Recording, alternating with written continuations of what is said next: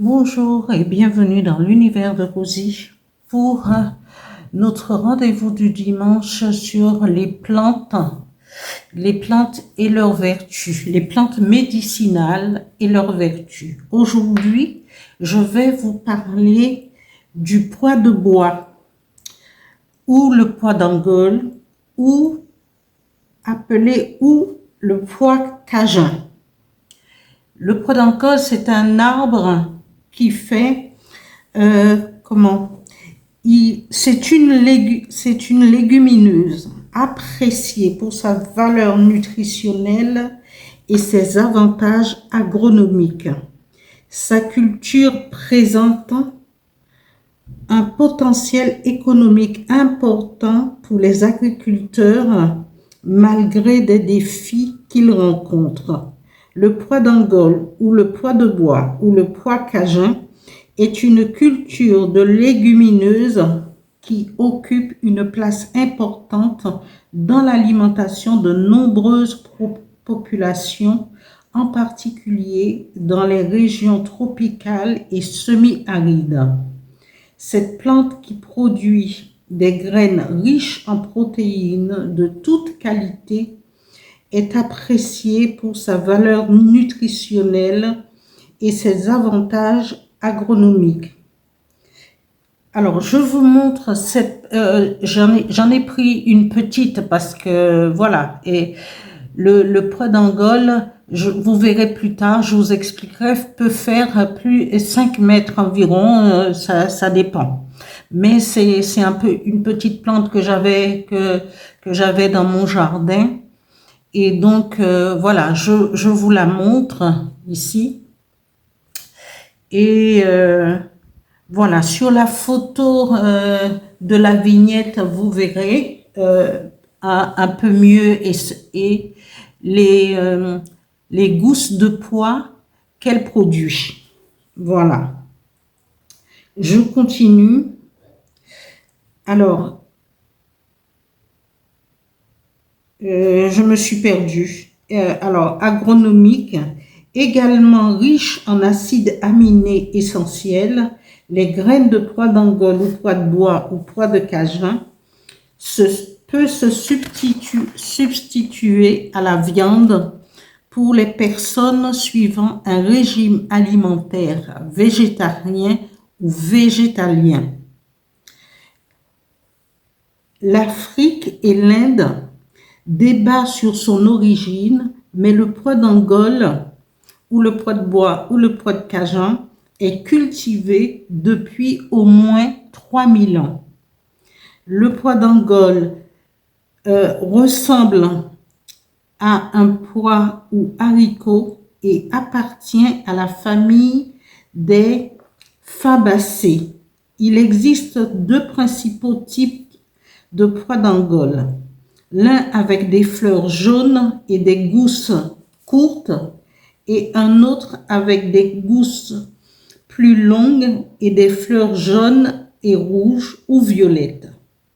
Cette plante peut atteindre jusqu'à 5 mètres de hauteur et ses feuilles trifoliées sont vivaces. Parmi ses caractéristiques bénéfiques, il s'agit d'une plante capable de fixer une grande quantité d'azote dans le sol et en raison de sa teneur élevée en protéines, est un excellent substitut à la viande. Il contient entre 18 et 25% de protéines et a une teneur élevée en lysine et méthionine, potassium, magnésium, calcium, fer et phosphore. Le pois d'Angola ou le pois de bois ou le pois de cajun possède également des propriétés médicinales. Les fleurs et les pousses vertes sont utilisées pour les maladies du système respiratoire, des bronches et des poumons. Des cataplasmes sont préparés avec les graines séchées pour aider à désinfecter et cicatriser les plaies. Des sirops sont préparés avec la résine du tronc et les feuilles cuites sont utilisées pour laver les plaies, la gale et les démangeaisons. La farine de pois d'Angole augmente la valeur nutritionnelle des pâtes en apportant plus de protéines et de vitamines B1, B2 et 6, des fibres et des minéraux. Dans la cuisine guadeloupéenne et panaméenne, le pois d'Angole ou le pois de bois ou le pois de Cajun fait partie des plats typiques. Les plats sont consommés avec de la viande salée et peut être accompagnés avec du riz blanc, avec des viandes mijotées qui peuvent être du poulet, du bœuf ou du porc. De même, et même avec du poisson, on peut faire le pois d'Angole, un riz pois d'Angole mélangé et avec un court bouillon de poisson. Elle se marie très bien un petit peu avec les viandes, les poissons. Voilà. Alors, on peut, ou du porc. De même, du lait de coco est ajouté à la purée de pois d'Angole, ce qui relève le goût. Je voulais vous rappeler aussi qu'en Haïti, en Jamaïque, à la Dominique, le pois d'Angole fait partie aussi des plats traditionnels. Je pense que les gens, voilà, c'est dans toute la Caraïbe, dans toutes les Antilles. C'est des régions tropicales, donc c'est un plat depuis des décennies. Ma mère en cultivait, alors donc je sais, je suis originaire de Marie-Galante, voilà. Et les pois de Marie-Galante étaient très appréciés et très demandés pour les gens qui vivaient à Pointe-à-Pitre. Et ma mère avait des clients que, voilà, et avec surtout l'air salin, l'air marin, puisque Marie-Galante est une île entourée qui est entourée par la mer, eh bien, les pois d'Angole, les pois de bois, étaient fondantes à la cuisson. Il fallait très peu de cuisson pour avoir un pois bien consommé et elle cuisait très vite. Voilà. Il fallait que je ramène un petit peu, que je rajoute un peu ma touche en tant qu'antillaise, n'est-ce pas? Alors, ce qui relève, c'est le jus de coco qui relève un peu le goût. Les vertus médicinales du pois d'Angole ou du pois de bois ou du pois de Cajun, c'est pour les troubles digestifs, nettoie les reins, pour le diabète, en prévention du diabète, les maux de tête, les vertiges, et elle a des vertus purifiantes.